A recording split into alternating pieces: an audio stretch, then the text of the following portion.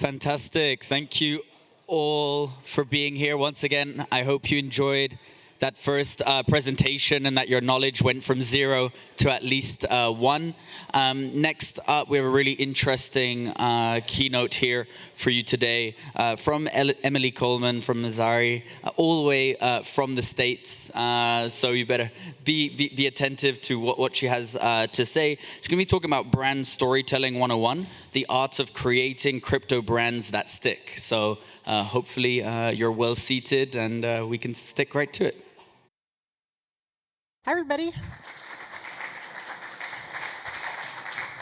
I didn't realize when I dressed today I'd be matching the branding here, so this is on point for what we're going to talk about today. So this is Brand Storytelling 101. So for all of you in the room, this is going to be kind of an intro. We can't really get into the nitty-gritty of brand within 45 minutes, but I'm hoping that you can walk away with some good actionable items. The first part of this, I'm going to tell you a few stories myself, and then I want to make sure when we get into the actual workshop, feel free to ask questions as we go. And then for sure at the end, I'll make sure that we can open that up. And if there's any direct questions, come find me. I'm happy to help. So this is me. My name is Emily Coleman. I am VP of Marketing at Mazari. We are a market intelligence platform that provides crypto market intelligence and research to both individual investors and more prominently for institutions. Before I get into the actual slides, I want to tell you a quick story about myself. I started my career actually in hospitality tourism and food and beverage marketing. And I did that for about 6 years. I worked for ski resorts doing marketing. I worked for a lot of high-end restaurants in the United States. It was a great time period in my career, but I found myself getting very bored. I spent a lot of my time trying to figure out how I could challenge myself further. And at the bottom of this, it was also like, what is my purpose here? What am I providing at a larger level? So after doing that for about 6 years, I decided I'm going to quit my job. I'm going to figure out what I do next. And I had a bunch of freelance clients. I made pizzas at one point. So if you need a good pizza recipe, let me know.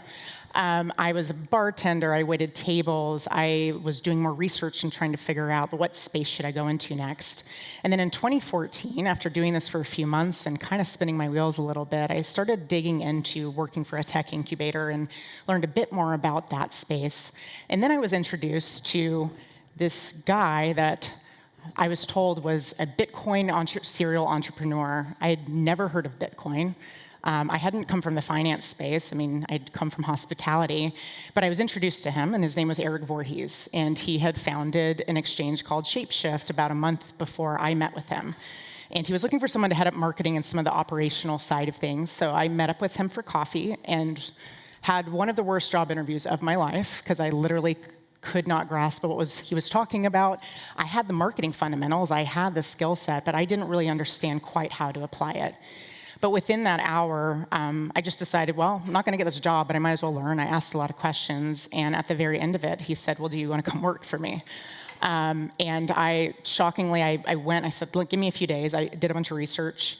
The only thing at the time that you could really find was things like videos on how to set up a mining rig on your computer. So I tried to do that, and this was 2014. That still was not possible to do on a Mac.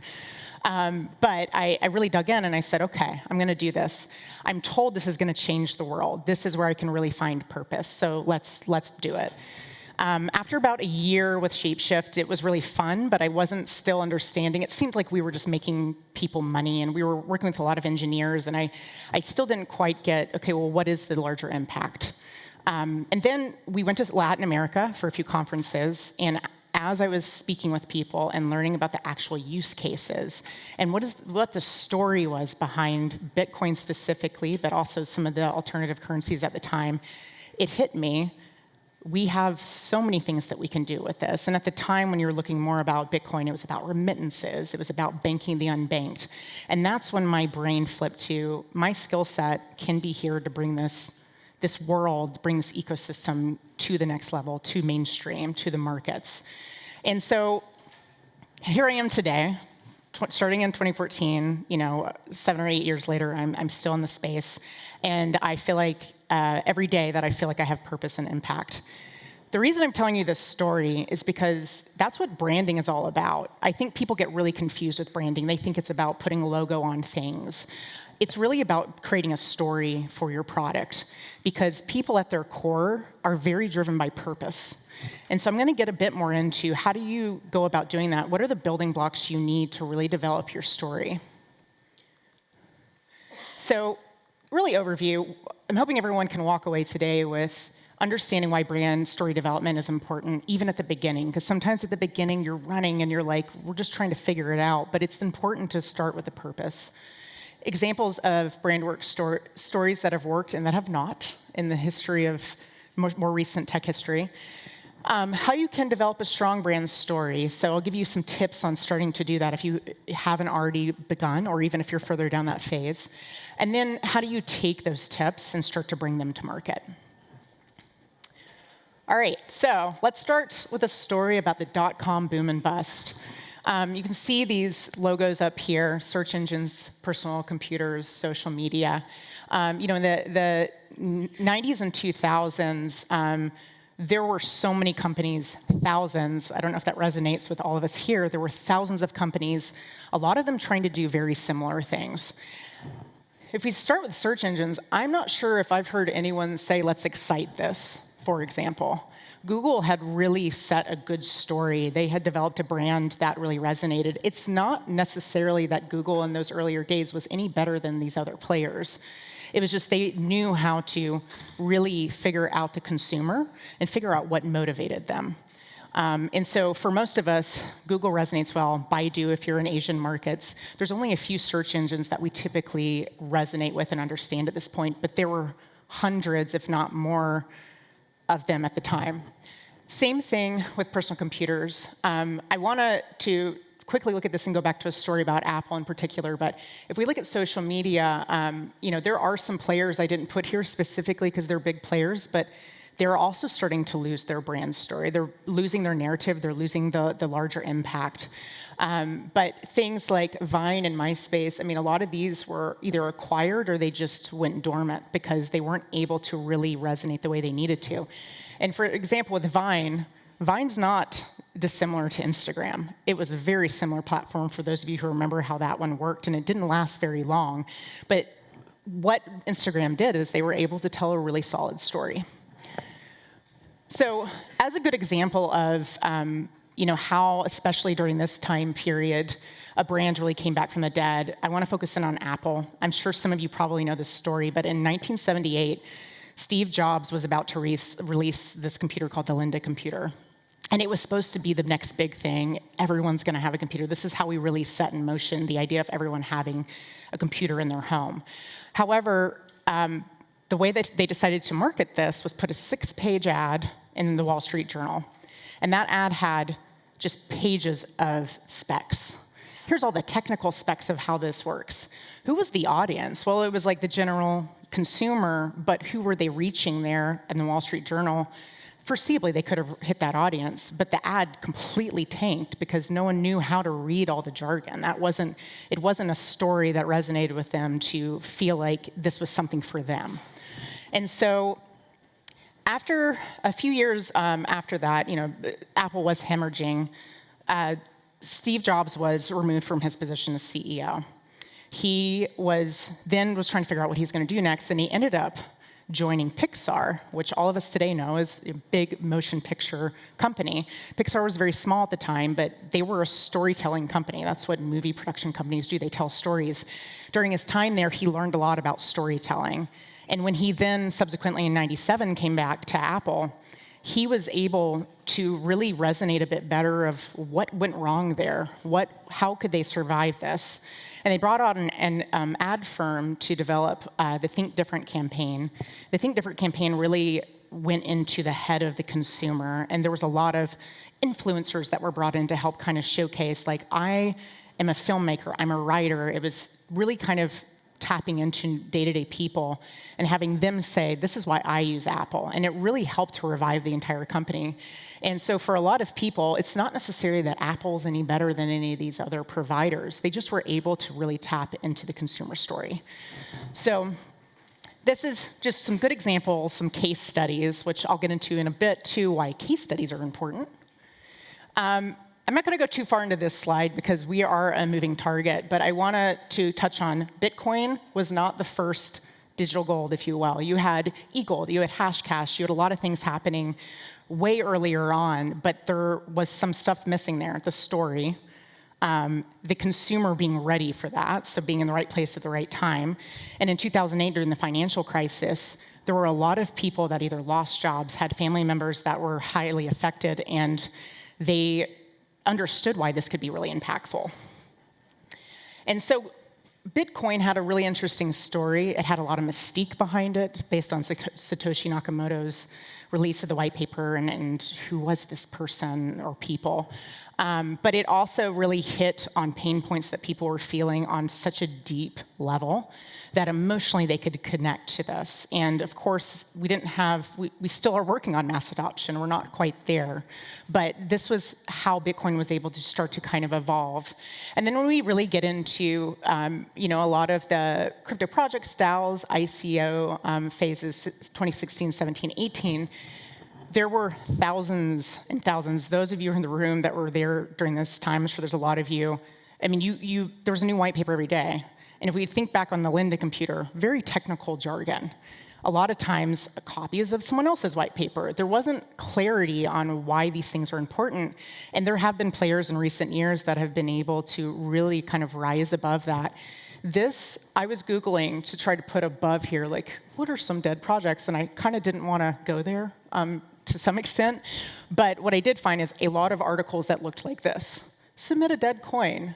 Over 1,000, almost 2,000, and this was just one of a few. So we can kind of see how we've gone through this cycle, and we continue to as an ecosystem. So there's a few case studies there just to kind of sit on, and I want everyone to keep thinking on personal brand stories, how that can actually relate to your company's brand story and how important that is for people to find relevance in the things you do, just as I told you my story, which hopefully allows you to see that I can help teach these things because these are things I've been through. These companies went through things that we can learn from mistakes and we can learn from history. Now I'm going to get into the workshop portion of this. I've got a few different segments I want to go into on ways you can start to develop this, and then we'll get into application. First tip, start with the why. For those of you who are familiar with Simon Sinek, he is a really prolific marketer, and he came up with this idea of the golden circle. And it wasn't just based in human psychology, it's also based on biology, how our brains attach, not even like, I have a problem, here's my solution, but how they attach deeper meaning. And this is one of the kind of core components of things that sometimes I think companies forget to think about is, why do we exist? So your purpose as a company, it's far more important than the amount of code committed or 24-hour volume of your token. Those things are important, but they're not the purpose. They're not why people resonate with you. This helps with two things. If you can create the why do you do what you do? What is your purpose? The how and the what are critical components in that because that's why something exists and people can use it and that's like the actual outcome. But coming with a purpose first helps you do two things. Have customers that out of all the other things that they could choose to use as a product solution, they choose you because you resonate, you have a story, you have a narrative, you have a reason for existing that is beyond just the technology you're building. So if you can really weave a story around that, people become very loyal and then they become advocates for you. They do your marketing for you. And that's, once you can get that flywheel moving, it's really impactful for your growth. But it also helps with recruiting. And I'm sure, like a show of hands real quick, how many people are trying to hire right now? There's a lot of people trying to hire. Masari is trying to hire right now, too. So if you know anyone. But with that in mind, one of the things we found really impactful for our team is really taking time to do this exercise, because if you have a why and you really can show the impact of what you're doing, you not only attract better employees, but they want to stay with you. They want to be there for the long haul. They want to be part of the journey.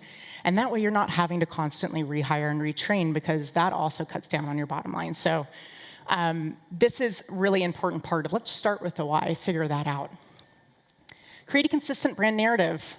This is another thing. I've worked both in agency and in in-house environments since I've worked in crypto, and almost every single company that I've started working with, if they're around like 15 to 20 employees, they bring me in and they're like, "All right, here you go," and I'm like, everything that you have written about yourself is different on Twitter versus Facebook versus LinkedIn. And also your boilerplate, which is, a few sentences about your company, is completely different in this area versus that. Who are you? What do you do? So sitting down and first off creating vision and mission, and I think a lot of people go, who needs that? Like vision, mission, whatever. It really is important though, because it kind of somewhat taps back into the why. What are you hoping to accomplish and how are you going to do it? These are usually a bit more aspirational, quick hit messages, but in the chaos of the things we're doing as an ecosystem, especially because things are moving so fast and you might have product pivots a few times, that's really why your employees, when they're like, I feel like a lot's going on, you can cite back to, well, this is what we're doing. And it helps calm them and make them realize, okay, I get the vision and mission long term. Tagline and boilerplate, these are a bit more tactical, but having those one-liners, boilerplates are about 2 to 3 sentences that are, here's the company. For more information, a lot of times PR or press utilize that so they can get a snapshot of your company. But it also allows you, as you're onboarding new employees or you're working with clients and you need to, say, put up a messaging about a quick one-liner about who you are, this should help make sure that every time someone asks you, what do you guys do? Can I get more information? It's always the same.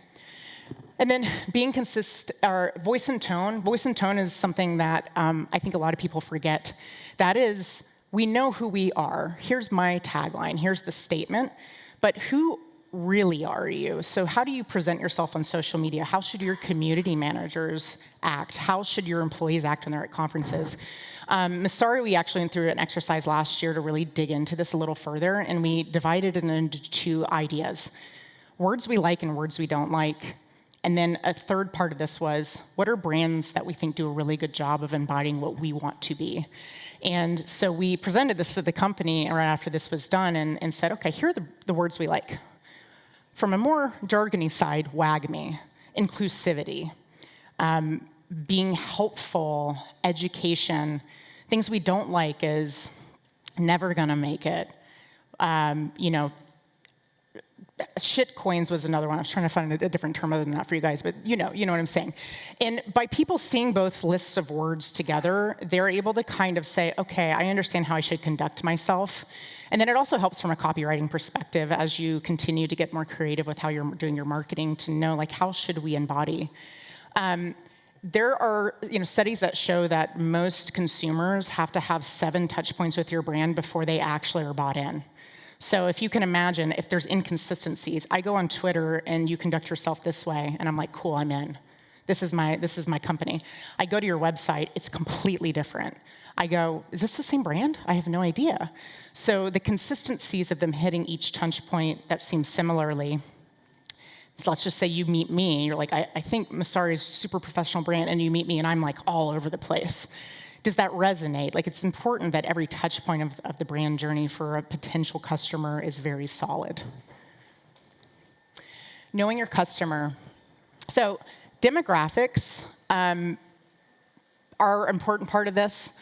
Where they spend their time, what they care about, what jargon you're using. All of this really kind of embodies to create your buyer personas.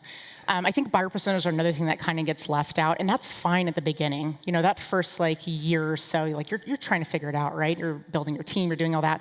But at some point, you do need to really kind of tap into who are the buyers that we're trying to reach, and what do they do? Where do they live? Because once you develop your brand narrative and you know the story you're telling, you're not going to be able to really build your brand and strengthen it if you're just scattershotting where you talk to people and where you try to grab that audience. So what buyer personas allow you to do is say, okay, we've got someone around this age, they live in this jurisdiction, they probably have this title, here's the industry they're in. They spend a ton of time on Twitter, so that's great to know. What they care about most is saving time. So I can develop a message, put it on Twitter, I can, if I'm running ads, if I'm going to do advertising, I can then target to some sort of like loose persona that maybe is within this age range. And, a lot of those platforms allow you to say, okay, they're, executive level or whatever it is you're trying to target. That way you're not spinning your wheels and wasting your time trying to deliver brand messaging and get someone on board into your brand that doesn't want to have anything to do with you. You're building strength in the markets that make the most sense. And then, last point before we get into some of the quick tips and hits there is building products for your customers, not yourself. This is one thing, too, that I think in the earlier days, like a lot of times the solution that you're trying to build is for yourself. For example, when I started working at Shapeshift, the story that we had at the very beginning was that our CEO, Eric, he had been a Bitcoin maxi. But he's always been a very curious person. And so when altcoins were coming about, he was like, okay, Dogecoin, Litecoin, like what are these things? I want to learn more, but I feel like the way I can do this is by using them, purchasing them, and there was nowhere to do it. And so he solved a problem for himself that he assumed would be a problem that a lot of people would need a solution to over time. And his assumption was correct. And so over time, though, we had to remove ourselves from building the product and building the brand. We had to really make sure that we understood who our customer was, that we were talking to them. We were making phone calls, doing surveys. I know for a lot of people, too, that work in crypto, it's really hard to tap into your customers because they don't always want to be anonymous a lot of times. But you can still, to some extent, have that anecdotal, like looking at how people might be interacting with you on Twitter or Reddit, for example, going to conferences, having discussions, going to meetups, just meeting customers. That's how we did it at Shapeshift because we had a very anonymous customer set, so we couldn't always pinpoint exactly who they were, but we had a lot of discussions with them to say, is this solving? How could it be better? Really having those discussion points. And then it allows you to do a lot of A/B testing in your brand work. If we realize that customer A is very technical, they're like crypto native, we can use a lot more jargon versus in Masari's example, we have a lot of traditional finance clients. We can't go in there and be like, wag me, blah, blah, blah. Like, they're going to be like, what is happening right now? So we have to be very bifurcated in our messaging while still maintaining, at the end of the day, this is what we're accomplishing for you.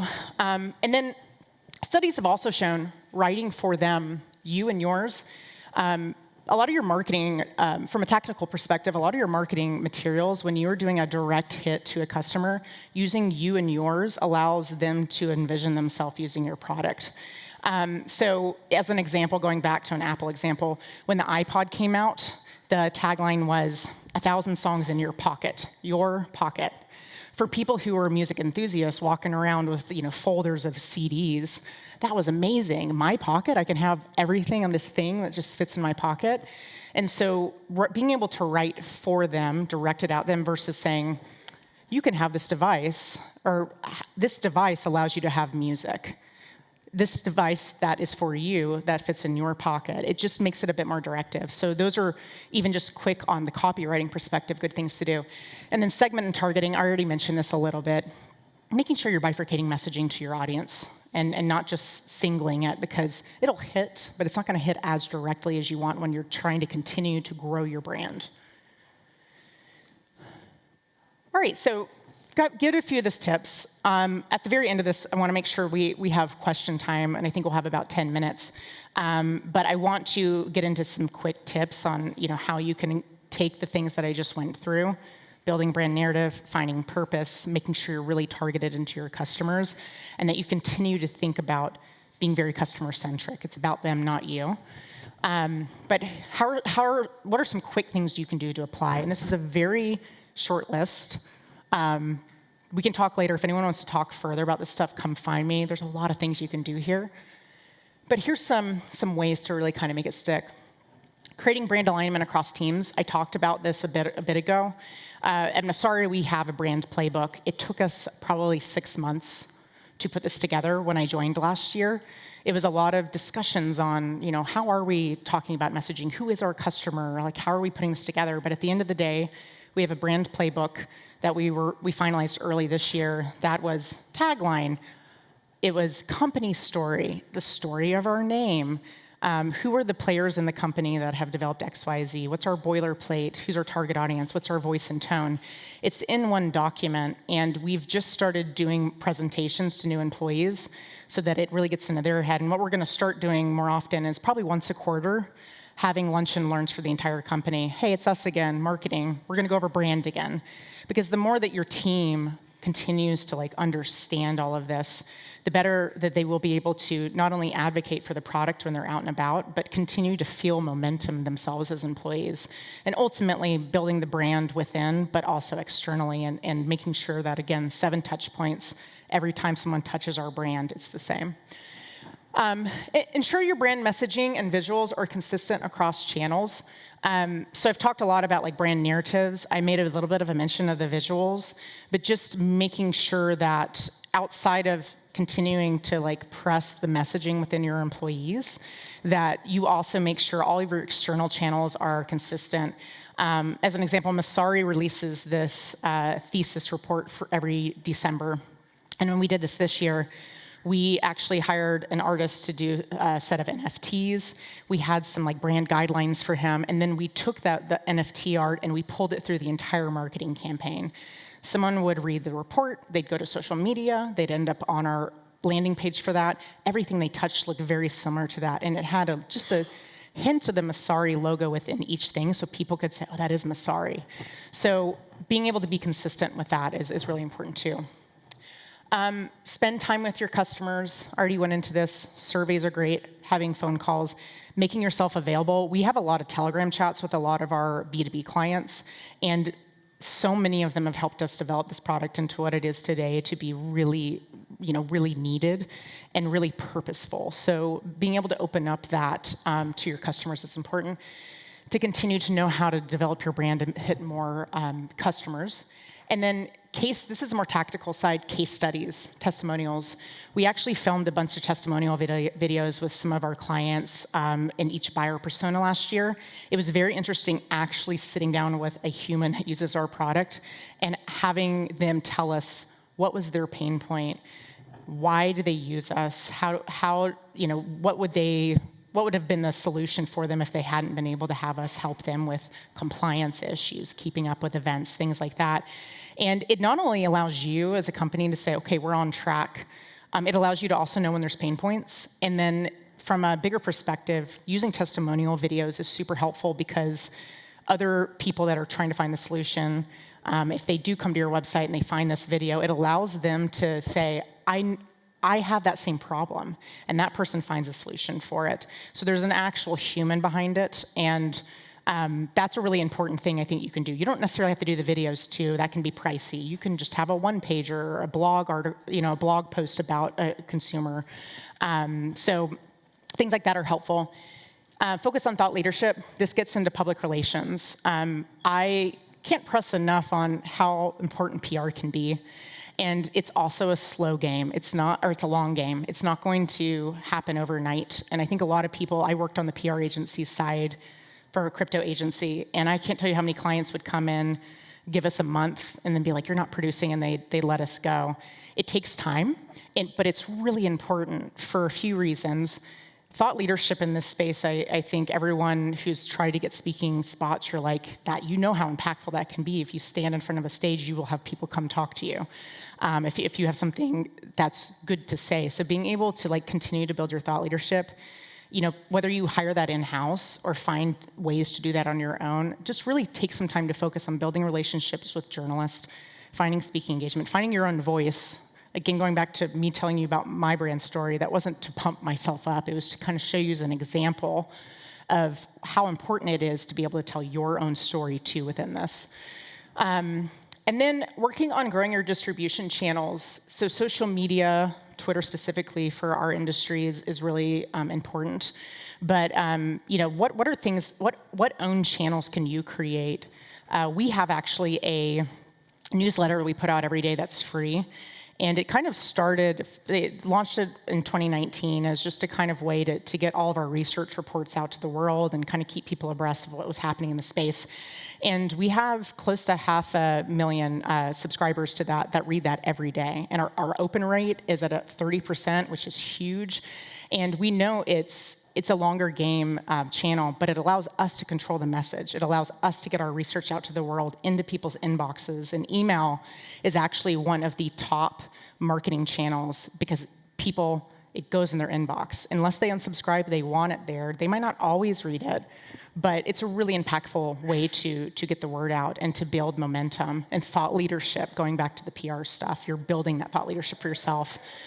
Social channels, too. I think we probably all have dabbled in, especially crypto Twitter, to figure out like what is actually going on here. How can I learn more about things?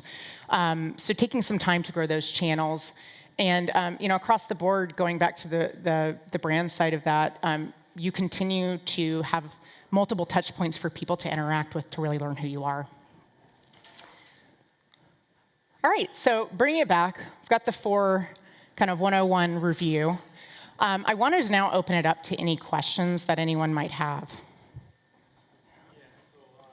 I've built brands as a small agency. How do you make business people understand the value of brand consistency? Because a lot of them are they feel like it's just wasting time when you deliver. How do you make business people understand I deal with clients a lot, but just don't realize the importance of it? Yeah, so the question was, how do you, from the agency side, help clients understand the value of brand? A lot of times I do give case studies, and specifically for this space, I gave case studies about Apple quite a bit in here because they're just they're very known within the brand world as a lot of case studies there, but also with whatever sector they're in, I think hitting them emotionally with, okay, who are your competitors? I didn't mention competitors because I would go down a whole nother rabbit hole, but that's another one that you always are wanting to tap into is what are my competitors doing? And so within this space, asking that question, who are you wanting to beat? Because there's a bit of a competitiveness in that, right? So, all right, so if you're trying to beat XYZ company, look at the way they've built their brand. Here's how we go about doing that as well. And here's what you need to do to make sure that you can stay competitive and then you can get above the noise. And so I think giving that kind of competitive set is important to be able to do. I think there's a lot of really solid brands in crypto, but I think there's so much noise out there that it is really important to try to help them kind of pinpoint 1 or 2 areas of focus and try to kind of describe to them, well, here's what we think they're doing, and here's how we can match that. Is that helpful? They always bring up ROI and stuff like that, agencies, visuals and colors that are the same. They don't really understand that it's not really about ROI, more about creating community consumer. Yeah. So on the ROI side, though, I think you can look at metrics like share of voice. So there's a lot of platforms out there that allow you to kind of see how that brand is building. Now, I think from an agency perspective, you might not be you're not going to buy that platform for them, but here's ways that you guys can look at share of voice, but also depending on what stage they're at in their brand building, to them having a good understanding that we're not going to have this built out tomorrow. So this is going to take a little bit longer and some more steps. But I think share of voice always helps because then it's showcasing how that your brand's going from 0 to 60 over the course of, say, a year. And that's one thing I want to mention, too, is that when I started with Messari a little over a year ago, I was brought in to build the marketing department. And though we had a good brand and people really knew our CEO, it was kind of, from my perspective as a marketer, I was like, this is kind of a mess. Where is everything? And it took us probably 6 to 8 months. I mean, we're still really, I have a coworker in here right now who recently started. I would love to see how you feel this is going. But we just had our company offsite last week and were able to do the second iteration of showcasing brand to everyone and education on buyer personas. And it's starting to really resonate. But I mean, it's been over a year to get to that point. So it's not a short, quick thing, but it's worth it. Is that helpful? Okay.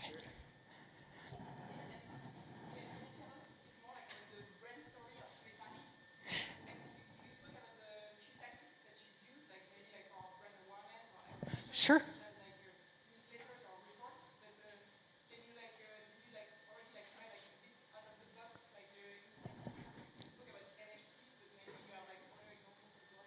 Yeah, so the question is, what is Messari's brand story and how are we starting to resonate? Yeah, so Our story actually started in 2017, 18-ish. Our CEO, he had been with CoinDesk for a while, and was able to, he also had been in the crypto space for quite a while at this point. And when all the ICOs started dropping, there was such a lack of understanding of what was real. What were the actual like fundamentals? There were so many scams out there. There were so many projects that were just pushing white papers out, collecting a bunch of tokens and disappearing. So how can we create an ecosystem that can have longevity? It really wasn't even necessarily about project to project, but like if we want this space to exist, we need to create fundamentals that larger players can actually attach to, or even individual investors. So he had partnered with a co-founder who actually already had a platform that was kind of doing some data aggregation similar to like CoinMarketCap. It was a bit more sophisticated, and they developed this idea of having a registry where projects could be part of the registry, they could apply, they could have our researchers do independent analysis to really kind of vet the validity of their project. It was a lot about fundamentals, like where are you in your building phase, things like that. And over time, it's developed into a full-blown platform now. So you can utilize our quantitative and qualitative data sets. We have governance solutions, so being able to track the journey of any sort of proposal. We have protocol services, so for projects out there that need to have more reporting on what's going on a quarterly basis, we also provide independent research for that. And so the solution really went from more so being individual investors, more on the B2C side. Like if you need to figure out what's going on, we want to create a safe environment for you to do that, such as make those decisions and participate safely. And now we've moved into the institutional category and working with traditional finance, a lot of big tech companies, to help them kind of figure out what their angle is going to be into this space. So we've gone through a few evolutions there just based on how the markets have changed. But it's a highly, highly needed thing, not just for us as a company to survive, but for the whole ecosystem to survive over time. So things that we've started to really implement, I mean, our owned channels have been a huge source of acquisition for us, like from an acquisition modeling perspective. When we put research reports out, we do have we've got a freemium model. So you can get a few things for free. You have pro articles, you have enterprise articles. And so when we're sending these reports out, we give a lot of free things every day when we do the newsletter. You're going to get news of the day, you're going to get top hits, but you're also going to get research reports. Some of them will be free, some of them will be paid. So once people click through, they're going to get a synopsis of the article, and then they might have to upgrade. So that's something that we've been able to do in all of our distribution channels that we have owned, that we've taken a lot of time to grow. That is a huge flow of new customers, but it also helps us on the brand awareness side because people are constantly talking. We do like Twitter threads, for example. Like this might be a paid article, but you're going to be able in a Twitter thread get the synopsis. People are like just readily retweet that, and we get new followers every day that we know are then getting more brand awareness. This year, we've also tackled starting to go to conferences. We never did that, and it's been really impactful for us to spend more time on site to build brand awareness. For example, being in Europe, we've been a very US-centric company. We went to Paris Blockchain Week a few months back. That was really helpful for us to just start to get a foothold. And at that conference, we created a cafe environment. We didn't do just a normal logo, come watch our demo. People could come to us, and we would give them wine or coffee, and we had people who came up and said, "I'll take some wine. What do you guys do?" Because we didn't put it on there. What we wanted to do was get them to come talk to us so that we could actually give them more in-depth information versus them standing back, seeing what swag we had, reading our tagline, grabbing something, and taking off. We wanted them to come talk to us. So there's really creative ways that you can kind of create brand awareness too. When you have a product like ours that we do have one-liners, we can pretty quickly distill to people. We provide data, we provide research in a platform. But it's more impactful for us to be able, on the B2B side specifically, to have what's called account-based marketing. Like if this person comes up and talks to us, we know that if they spend more than a few minutes talking to us, they're probably pretty into it. They're like, this is something I need. Does that help? Great. Can you talk a little bit more about the relation between demographics and the messaging? Like let's say you identify demographics as the sage, that group. How does Yeah. The question was, how do you take demographic and like the buyer personas and attach that to the messaging? So once you develop buyer personas, and I'm going to give you two of Masari's. We have one buyer persona called Gary the Grower, and Gary the Grower is usually in like traditional finance, or they're like more institutional based. They're not what you would call crypto native, so they're not going to really understand jargon as much. So we know we've got that persona, and so when we're talking about, hey, we need more Garys. Let's do sales comes to marketing. I need more Gary. We know kind of what that person looks like, and we know that probably our brand narrative is not going to be very crypto-centric, jargony. It's going to be like traditional finance, TradFi. We're going to talk about market intelligence. We're going to talk about all the terminology that people from that sector understand as far as them making decisions that come from like the fundamental standpoint, and that's what they understand. Versus another persona that we have, Pam, the protocol leader. So typically Pam is someone that works for a project, a DAO, something like that. They're known as a thought leader within that space, and they don't have time to deal with like messaging and marketing. They don't have time with it. They need someone else to get across the message of what they're doing. That person's going to be pretty crypto savvy and native, so we got to talk the lingo with them. We have to really get into the nitty gritty of the space so that they trust us. They're like, you guys get us. You get what we're doing. So I trust to pay you to write independent research that I know is going to get into the nitty gritty of what my ecosystem is doing, so that I can then put it out there as third-party research and grab attention of more users, more supporters of the space. So those are kind of two buyer personas, and that's how we think about them when we're trying to figure out how we're going to bifurcate messaging. It's the same message. We're providing you with research, but we're doing it in a way that they trust that we actually understand what we're doing, and we know how to really dig into the fun, like the really deep side of like what the crypto ecosystem is doing. Yeah. Anyone else? We've got 2 minutes left if there's one more question.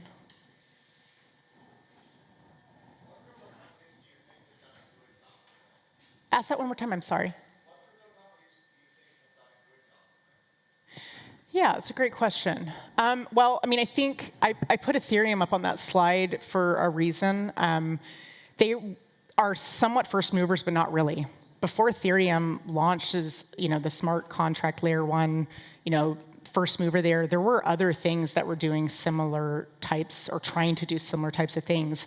But I think that they do a really good job of being really consistent as they're bringing in more developers, more projects to build on top of them. Even with the problem set, we know that we have congestion. We know that these are problems that we're solving. But I think they've also done a good job from the PR aspect of being very transparent and thoughtful in projecting information about how things are going to evolve, even when it's not going as planned. So that would be one. I think if you're looking at more on the institutional side, Coinbase to me has been a really interesting one, because I think they have kind of evolved as they were a bit more, they weren't as involved in the crypto ecosystem in those earlier days. It was very much like we are hitting consumers, which from a consumer brand perspective, Coinbase, especially in the United States, is king. That's what people use. I buy Bitcoin on Coinbase. And so I think they did a really good job. And if you look at their branding across anything, it is very consistent. The way the messaging is put out, the way that their brand, color palettes, logos, everything's consistent, even when they're being more creative. Their education portals, I think, have done a really good job of gamifying how people interact. So that would be a company, too, that I think, if we're looking at more B2C side, they've more so, as they've dipped into more institutions, have changed a little bit their evolution of being a bit more crypto native in a lot of ways. But those would be two on both big company side as well as like protocol side. Yes. Yeah, and I mean the foundation helps with that a little bit, right? So they're helping triangulate, but I think that that would be, and they're not the only ones doing a good job there when we're talking about layer ones. I think there's a lot of of groups, organizations, however, between the foundations and then the ecosystem. And if we're talking about ecosystems, that's hard, right? Like that could be hundreds of thousands of people trying to triangulate to create consistency. And so I do think the foundations, Ethereum actually has done a pretty good job of being able to kind of trickle out for a visual perspective, for example. You almost always know when you're looking at something that's Web3 Ethereum because it's got like a certain color scheme, whether it be pops of bright colors, and that Ethereum logo will always be there in some capacity. It doesn't need to be gray, which is like the Ethereum gray. You know it's Ethereum, and I think that's an example of like the visual aspects that have been done, fairly well. And I think a lot of other organizations have kind of mirrored that, which I think has been really good for those that have done a good job of that. Okay. I'm out of time, but if anyone has any questions, I'm happy to answer any one-on-one. And thank you so much for being here today. Appreciate it.